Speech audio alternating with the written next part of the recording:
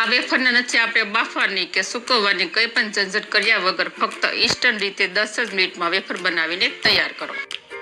તો તેના માટે અહીંયા અમે 5 નંગ જેટલા બટેકા લીધા છે. તમારી જેટલી ક્વોન્ટિટીમાં વેફર બનાવવાની હોય ને એટલા તમે બટેકા લઈ શકો છો. બટેકાને આપણે કેવા પસંદ કરવાના કે એકદમ વ્હાઈટ ઉપરથી હોય અને બટેકું છે ને ભરાવદાર હોય ને એ રીતના આપણે બટેકા પસંદ કરવાના. તો આજે હું તમારી સાથે વેફર બનાવવાની રીત શેર કરવાની છું. તે કેવી રીતની આપણે વેફર બનાવવાની છે. તો આ બટેકાની વેફરને આપણે નથી બાફવાની ઝંઝટ કરવાની કે નથી સૂકવવાની ઝંઝટ કરવાની. એકદમ ઇન્સ્ટન્ટ રીતે આપણે બટેકાની વેફર બનાવી અને ફક્ત 10 મિનિટમાં બનાવીને તૈયાર કરીશું. તેની આજે હું તમારી સાથે રીત શેર કરીશ. તો આપણે બટેકાને ઉપરની સાલ ઉતારી લઈશું. તો વિડીયો શરૂ કરતાં પહેલાં મારી તમને નિવેદન છે કે હજી સુધી તમે મારી ચેનલને સબસ્ક્રાઈબ ન કરી તો પ્લીઝ જય માનપુણા કિચનને સબસ્ક્રાઈબ કરી દેજો. વિડીયોને એક લાઈક જરૂર કરજો અને બાજુમાં રહેલી ઘંટડી દબાવી દેજો જેથી મારી નવી રેસીપીના વિડીયોની નોટિફિકેશન આપ સુધી પહેલાં પહોંચે. તો જો આ રીતે આપણે ખાડા ખડિયા હોય તે કાઢી નાખવાના ને સાલ ઉતારી અને આપણે તરત જ પાણીમાં મૂકી દેવાના જેથી બટેકા છે તે કાળા ન પડે. હવે આપણે બીજા બટેકાની પણ સાલ ઉતારી લઈશું. તો સાલ ઉતારીને આપણે ખાસ ધ્યાન એ રાખવાનું કે બટેકાની સાલ ઉતારી અને તે તરત જ પાણીમાં નાખી દેવાના. તો જો અહીંયા મેં સરસ રીતે બટેકાની સાલ ઉતારી નાખી છે. હવે આપણે બટેકાની કતરી પાડી લઈશું. તો તેના માટે અહીંયા મેં બટેકાને કતરી પાડવાનું મશીન લીધું છે. આ રીતનું આ મશીન મેં મેળામાંથી લીધું છે. અત્યારે હું આમાં સાદી વેફર પાડું છે. તમારે ડિઝાઇનવાળી ગમે તે વેફર તમે પાડી શકો છો. એટલે આપણે બટેકાને ઊભું રાખી અને વેફર પાડવાની. જો વધારે મોટી વેફર પાડી હોય ને તો બટેકાને આડો રાખવાનું. તો પહેલાં હું બટેકાને ઊભું રાખીને વેફર બનાવીશ.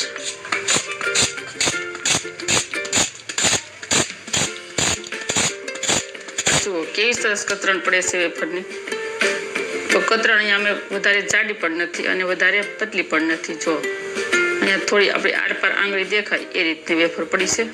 તમારે જો વધારે જાડી રાખવી હોય ને વેફરને તો તમે પતલી ચાકુ વડે પણ બનાવી શકો છો. એ રીતે પણ બને વેફર. મીડિયમ નાના બટેકા હોય ને તો તેને આડું બટેકું રાખીને વેફર પાડવાની. જો તેની વેફર થોડી આ રીતની લંબગોળમાં પડે અને થોડીક મોટી સાઈઝની પડે. તે પણ બહુ સરસ બને. તો અહીંયા અમે પહેલાં 2 બટેકાની આ રીતની વેફર બનાવી નાખી. તો જેમ જેમ વેફર બનતી જાય છે એમ આપણે વેફરને પાણીમાં એડ કરી દઈશું. અહીંયા મેં 1 બાઉલમાં પાણી લીધું છે. વેફરને આપણે 3 વખત પાણીમાં વોશ કરી નાખવાની. અને બટેકામાં છે ને ક્ષારનો ભાગ રહેલો હોય છે એટલે આ રીતે આપણે પાણીમાં થોડીક વાર રાખીને 5 થી 10 મિનિટ સુધી તો વેફરનો ક્ષાર હોય ને તે તળિયે બેસી જાય. તો તમે આને શું કહો છો, વેફર કહો છો કે કતરણ કહો છો તે મને કમેન્ટ કરી જરૂર કહેશો. હવે આપણે બીજી વાર ચોખ્ખું પાણી લઈ અને વેફરને એડ કરી દઈશું. આવી રીતે આપણે 3 પાણીયાથી વેફરને વોશ કરી નાખવાની. જો બની છે ને સરસ મજાની કતરણ. હવે આમાં આપણે થોડા લીંબુના ટીપા એડ કરી દઈશું. તો થોડો લીંબુનો રસ એડ કર્યા બાદ આપણે 2 મિનિટ સુધી આમ જ રહેવા દઈશું. જે વેફરમાં મેલનો ભાગ હોય તે જ નીકળી જાય. લીંબુ છે ને મેલ કાપવાનું કામ કરે. જો આ રીતે લીંબુ વેફરમાં એડ કરીને 2 મિનિટ સુધી રાખીને તો વેફર છે તે સરસ મજાની બને. હવે આપણે બનાવેલી વેફરને સાઈડમાં મૂકી દઈશું અને આગળની પ્રોસેસ કરીશું. તો અહીંયા મેં કોટનનો દુપટ્ટો લીધો છે. તમારે કોઈ પણ દુપટ્ટો લેવાનો હોય ને તેમાં ખાસ ધ્યાન શું રાખવાનું કે દુપટ્ટામાંથી કલર ન જવો જોઈએ. એ રીતનો આપણે દુપટ્ટો લેવાનો. હવે વેફરને નિતારી અને આપણે દુપટ્ટામાં રાખી દઈશું અને આપણે 4 શેડા ભેગા કરી લઈશું અને આ રીતનું પોટલી જેવું વાળી લઈશું. એક શેડો લઈ અને આપણે ગાંઠવા લઈશું.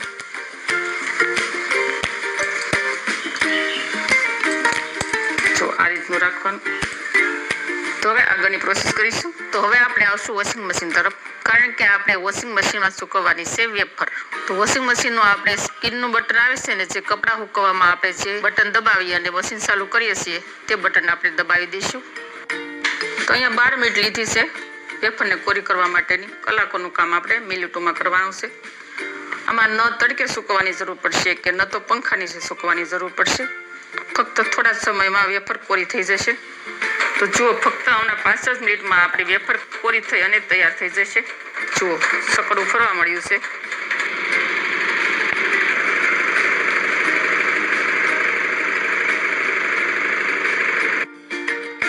મશીનનું ઢાંકણ ખોલી નાખશું.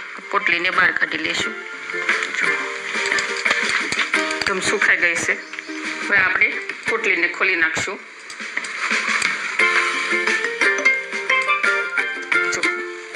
જો વેફર છે તે એકદમ સુકાઈ ગઈ છે. એકદમ આ રીતની કોરી વેફર થઈ ગઈ છે. બિલકુલ પાણી નથી. જોઈ શકો છો જો બધી વેફર સરસ મજાની પાણી એકચક થઈ ગયું છે. તો ફ્રેન્ડ, તમે ક્યારે આ રીતે વેફર બનાવી છે તે મને કમેન્ટ કરી અને જરૂર કહેજો. અને તમને આ વેફર બનાવવાની રીત કેવી લાગી તે પણ મને કમેન્ટ કરી અને જરૂર કહેજો. જો એક પણ વેફર ભાંગી નથી અને એક પણ વેફર તૂટી પણ નથી. બધી વેફર એવી ને એવી છે. તો આપણે એક વાટકી લઈ લઈશું. 1 ચમચી જેટલું મીઠું એડ કરી દઈશું. અડધી વાટકી જેટલું પાણી ભરી લઈશું. મીઠું અહીંયા મેં સિંધુનું લીધું છે. સિંધુ મીઠું છે ને ઘણા લોકો વ્રત કે ઉપવાસમાં ખાતા હોય છે. આપણે 11 કે અલુના વ્રત કે ચૈત્ર મહિનો હોય ત્યારે આપણે મીઠું નથી ખાતા. એટલે જો મીઠાનું પાણી છે ને એકદમ ઓપ્શનલ છે. તમારે અલુના વ્રતમાં લાઈવ વેફર બનાવવાની હોય ને તો તેમાં મીઠાનું પાણી નહીં નાખવાનું, નહીંતર મીઠાનું પાણી લેવાનું. તો હવે આપણે આગળની પ્રોસેસ કરીશું. તો તેના માટે આપણે જશું ગેસ તરફ. તો વેફર ફ્રાય કરવા માટે અહીંયા મેં તેલ પહેલેથી જ ગરમ થવા માટે રાખેલું હતું. સરસ રીતે તેલ ગરમ થઈ ગયું છે. હવે આપણે વેફર એડ કરી દઈશું.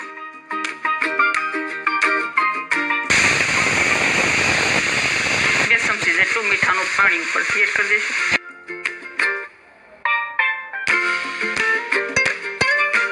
ગેસની ફ્લેમ છે તે ફૂલ જ રાખવાની. આપણે ફૂલ ગેસ પર વેફરને ફ્રાય કરી લેવાની.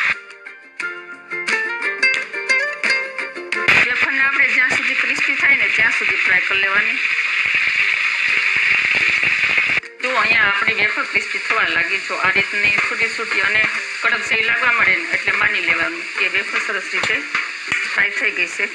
તો આપણે તેને એક પ્લેટમાં કાઢી લઈશું. જો બની છે ને જોતા જ વેફર ખાવાનું મન થઈ જાય તેવું. તો આવી જ રીતે આપણે બીજી વેફર પણ ફ્રાય કરી લઈશું. તો અહીંયા આપણી એકદમ ઇન્સ્ટન્ટ વેફર ફક્ત 10 મિનિટમાં બનીને થઈ ગઈ છે તૈયાર. એકદમ ક્રિસ્પી અને કરારી. આ વેફર તમે બાળકોની પરીક્ષા આવે છે એટલે તમે આ રીતે ફટાફટ 10 મિનિટમાં વેફર બનાવી અને તમે તેને નાસ્તામાં પણ આપી શકો છો. તો આ રીતે તમે એકવાર વેફર જરૂર ઘરે બનાવજો અને મને કમેન્ટ કરી જરૂર કહેજો કેવી બની છે તે. એકદમ ઓઇલ ફ્રી વેફર બને છે. આમાં વધારે તેલ પણ નથી રહેતું. આમાં આપણે થોડું ઉપરથી કાશ્મીરી મરચું ભભરાવી દઈશું.